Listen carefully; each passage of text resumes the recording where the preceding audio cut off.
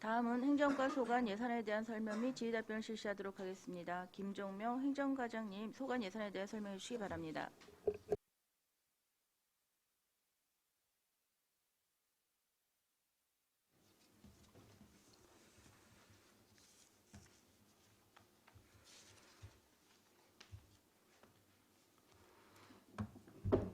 네, 안녕하십니까. 행정과장 김종명입니다. 유례 없는 코로나 팬데믹 상황 속에서 의정활동에 노고가 많으신 반인수 예산결산 특별위원장님을 비롯한 의원님들께 감사를 드립니다. 행정과 소관 제1회 추가경정 예산에 대해서 설명드리겠습니다.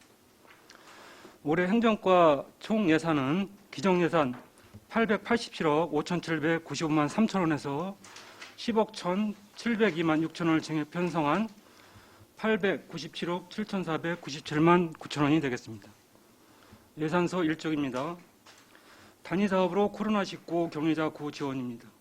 코로나19 감염병이 하반기까지도 지속될 것으로 예측이 되어 공공청사 방역도우미 인건비 및 자가격리자 구호 물품 지원에 소요되는 비용을 계상하는 사항이 되겠습니다. 기간제 근로자 총 42명을 채용하여 본청, 읍면동, 직속기관 등의 발열 체크를 위한 방역도우미 인건비, 사회보험료, 퇴직금 등으로 6억 3,422만 6천원을 계상하였습니다. 다음 이쪽입니다.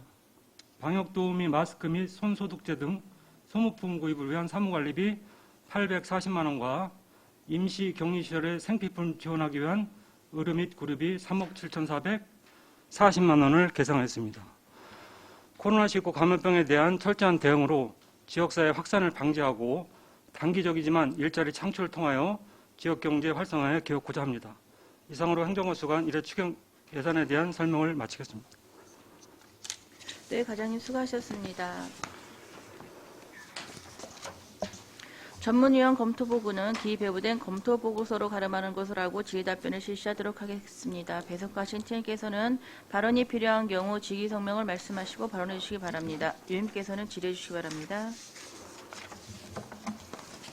안정열 의원님. 네, 안정일 의원입니다. 코로나 자가 격리하시는 분들도 그 일당인가 뭐를 드리는 거예요? 아니 그 자가격리가 이제 시설에서 격리하는 사람이 있고 네. 이제 거기서 14일 동안 나오면은 네. 14일 동안 이제 집에서 자가격리하고 그 이상 없으면 증상이 없으면 나오잖아요. 네. 그러니까 그 자가격리 집에서 할 동안에 지원을 해주는 겁니다. 한 10만 원 정도 지원을 해줍니다. 비용을? 예. 그러면 예를 들어서 나오지 못하니까 저기 이제 자가격리 말고 예. 지금 전 시설 예. 거기 들어가신 분들은 거기 이제 생활치료 걸리셔가지고 거기 예? 코로나 걸리셔가지고 그거는 이제 또 그쪽에서 생활치료 시설이 이제 따로 있습니다. 거기 가서 다 지원을 받는 거예요. 그런 거. 제가 듣기는 그러니까 저희가 시에서 네. 이제 그 코로나 확진자가 나오면 네. 생활치료센터로 갑니다. 경기도에서 지정하거나 네. 이런 데 국가에서 지정하거나 그런 데서 가서 다 케어를 받고 이제 지금 현재 이제 여기 안성으로 이제 해외에서 입국하거나 이제 네. 저기 하면 격리를 일단 14일 동안 해요. 검사를 해가지고 음성이 나왔어도 14일 동안 격리하는 동안에 그 생필품을 지원하는 상황이 되겠습니다. 아니, 생필품 말고 뭐 50만 원을 지원해 준다고 그러는 것 같은데 50만 원. 그건 네. 어떤 부분에서인지 저희가 여기 현재 예산에서 지원해 주는 거는 생필품이라든지 아니, 이제 우리가 이제 듣는 저기는 예. 지금 저는 이제 일쪽에서 이제는 나오고 이제 많이 나왔잖아요. 예. 그래서 지금 저는 저기를 우리 국방어군인가 올리들 이제 갔는데 이제 얘기는 이렇게 들어보면은 사람들이 그러더라고. 거기 있는 동안에 50만 원이 나온다 그러더라고. 거기는 어딜 말씀하시는 거죠? 혹시?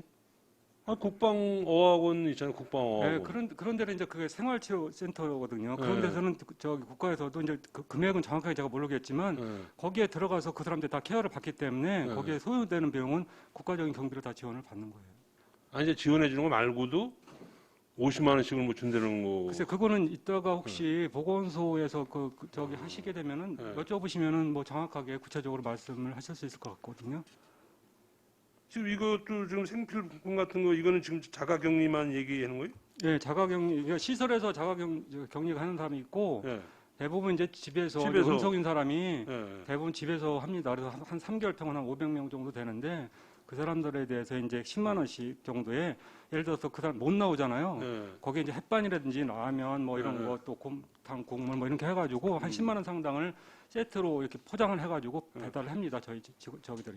그러면 그걸 갖고 이제 그 안 나오는 기간에 근데 그거를 지원해 준 거예요. 이번 이제 행정과 예산은 예, 예. 코로나 자가격리 시설에 대해서 한 이제. 거고 예. 지금의 이제 어디야 나라에서 운영하는 거기는 이제 도라든지 거기는 국가에서 관계가 이렇게. 없고. 예. 알겠습니다. 또 질의하실 의원이 계십니까? 박상수 의원님. 우리 여기 그 방역 인력 42명 채용이요. 이분들 역할이 이거 채운 게 공공시설물 들어올 때 채용 그 체크해 주신 그분들 말씀하시는 건가요? 그 이제 대부분이 그 기능이 이제 가장 크고요. 체온 측정해 갖고 이제 확인하는 게 가장 크고 또 이제 전화 오면은 전화로 전화번호 등록해서 이제 전화 확인하는 거 그리고 이제 거기에 그 손소독제라든지 이런 거 준비해서 정리하는 거. 그러니까 청사 입구에 공공시설 한 지금 21군데 2명씩 근무하는데 네. 거기서 그 역할이 가장 큽니다. 체온 측정하는 부분들. 그리고 안내해주고. 근데 지금 이거를 이제 기간 연장을 6개월 더 하신 예, 지금 있는 이제 내용인 거죠? 예, 다 아시겠지만 이제 6개월 동안 예산이 있는데 사실은 저희가 당초에 1년치 예산을 이제 6개월 정도면 끝날 수도 있다는 생각을 가지고 했는데 지금 자꾸 이제 더 확단되기 때문에 6개월치를 지금 더 세우는 상황. 아니 전체적으로 예산안을 보니까 그 일자리 경제과 그리고 보건소 그 문책과 등등 해갖고 지금 방역 그 사업 부분에 대한 그 인력 활용 계획이 굉장히 많아요. 예. 대강 얼추 한 100여 명이 좀 훌쩍 넘을 것 같은데 이분들에 대한 역할과 배분이 좀 체계적으로 전체적으로 이루어지는 건지 좀 궁금해서 그거는요. 여쭤봤어요. 저희가 이제 그 기간제라든지 이런 인원을 저희가 총괄적으로 채용합니다. 예전에는 각 부서에서 필요한 사람을 채용했는데 네. 저희가 지금 이번에 이 추경이 끝나면 그런 그 기간제도를 굉장히 많이 뽑는 상황이 되어 있고 예를 들어 저희 부서만 해도 지금 42명을 새로 채용해야 되는 상황이 발생되고 다른 부서마다 다 그런 분 예를 들어서 지금 이제 백신 접종을 하고 있잖아요. 거기 백신 접종에 필요한 기간제도 지금 뽑을 계획이고 거기 좀 이따가 설명을 들으시면은 전반적으로 각 필요한 부분에 그런 기간제를 많이 채용하게 됩니다. 그래서 거기에 이제 공공부문 일자리 창출하고도 연결돼서 네, 일단 알겠습니다. 이상입니다. 또 다른 질의하실 의원이 계십니까? 없습니까? 송미찬 의원님. 네, 과장님 송민철 의원입니다. 지금 자가 격리 시설이 9세트를 나눠주잖아요. 혹시 안성에서 어디 하고 있는지 좀 들어볼 수 있습니까? 예, 지금 이제 자가격리를 이제 두 군데로 이렇게 분류되는데 원래는 이제 그 헐리우드 모텔에서 지금 그 이제 시설에서 하는 게 있고 집에서 하는 게 있거든요. 자가격리 집에서 하는 거고 그래서 시설에서 하는데 저희가 휴양림하고 헐리우드 모텔에서 지금 시설 격리를 하고 있어요. 근데 이제 대부분이 음성이 나오기 때문에 대부분 이제 자가격리를 집에서 많이 합니다. 집에서? 예. 그래서 집에 계신 분들도 이 구호 물품을 예. 전달을 해줘서 예, 나오질 지원- 못하게 이렇게 예. 하시는군요. 예. 네, 알겠습니다. 이상입니다. 또 다른 질의하실 의원이 계십니까? 없으면 황지태 의원님. 네, 황희태 의원입니다. 그 행정과에서 뭐 기관제를 올해 뭐 통합해서 지금 뽑는다고 이렇게 말씀하셨잖아요. 네. 제가 이제 그 저희 지역구 운영 시스템을 보니까 너무 좀 무분별하다는 이런 생각을 들어요. 그래서 꼭 필요한 인력을 좀 저는 했으면 좋겠어요. 가령 예를 들어 공도 보니까 주차장 안에도 주차 안내하는 분이 있고 주차장 입구에도 있고 하더라고요. 그래서 왜 갑자기 이런 일이 발생했지 하는 거예요. 그러면 지금 보니까 뭐 인력을 창출한다는 의미는 일자리를 창출한다는 것은 얘는 저도 적극적으로 찬성을 하지만 지금도 뭐 과잉 일자리를 너무 창출하는 것 같아요. 내가 봐도 이건 아닌데 싶어요. 그래서 꼭 필요한 곳에 더 많은 인원이 쓰일 수 있도록 이렇게 좀 우리가 계획을 짜서 해주는 게 좋지 않냐 생각하는 거예요. 지금 보니까 너무나 무분별하게 해요. 예전에 뭐 노인정이 저 도우미들 한 것처럼 뭐 그런 현상이 되더라고요. 그러니까 실제 그 사람들은 더 불편해요.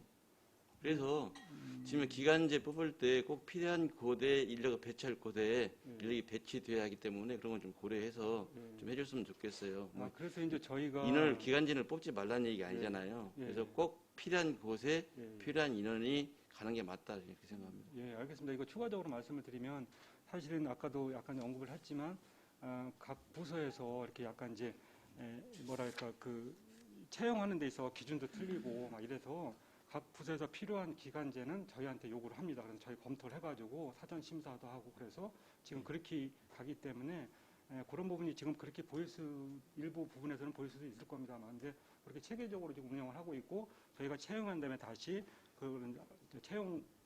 이거 사실 기관제들이 지금은 뭐 산불 쪽, 산림 쪽 이런 데가 굉장히 많습니다. 정부 공공 일자리 창출 관련돼 인해서 그런 부분들 다 저희를 통해서 이게 하기 때문에 얼마 전에도 채용을 했는데 뭐 2명을 뽑는데 뭐 90명이 오고.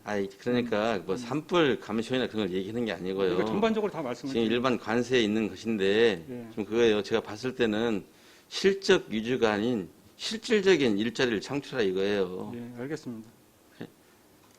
이상입니다. 또 질의하실 분이 계십니까? 없으면 제가 구호 물품에 대해서 잠시 여쭐게요. 예. 구호 물품 배달하는 업체가 지금 한 군데로 되어 있나요? 2군데입니다. 어디예요? 그 공도하고 일쪽 쪽에 이제 동서로 나눠서 지금 2군데에서 동서로 지금 하고 나눠서. 있습니다. 요즘 이제 물론 이게 아마 사는 게 빡빡해지고 힘들어지니까 아마 그런 말씀을 많이 하시는 것 같은데, 그 이제 많아지잖아요 요새. 네. 안성이 또 많아지다 보니까 이게 업체들이 서로 이제 좀 나눠 받고 싶은 거예요. 네, 그런 네. 얘기를 많이 하시더라고요. 그렇게 하는 건 어려운가요? 아니, 행정상? 그래서 저도 이제 네. 엊그저께 이제 지금 이 물품이 이제 금액도 약간 지금 3억 정도 되고 이래서 이제 결국 한 10만 원 상당을 갖고 포장을 해서 이렇게 배달하는 거기 때문에 그래도 뭐 전체를 다 나눠줄 수는 없지만 일부 그런데 업체는 더 저기를 해가지고 뭐 4개 권역으로 한다든지 이렇게 해가지고 지금 그건 고민을 하고 있습니다. 그러니까 좀 늘리셔가지고 이렇게 네. 불만을 좀 덜 갖게 알겠습니다. 했으면 좋겠습니다. 더 이상 질의 없으시죠? 더 이상 질의가 없으시므로 행정과 소관 예산에 대한 설명 및 질의 답변을 마치겠습니다. 김종명 행정과장님과 공자 여러분 수고하셨습니다.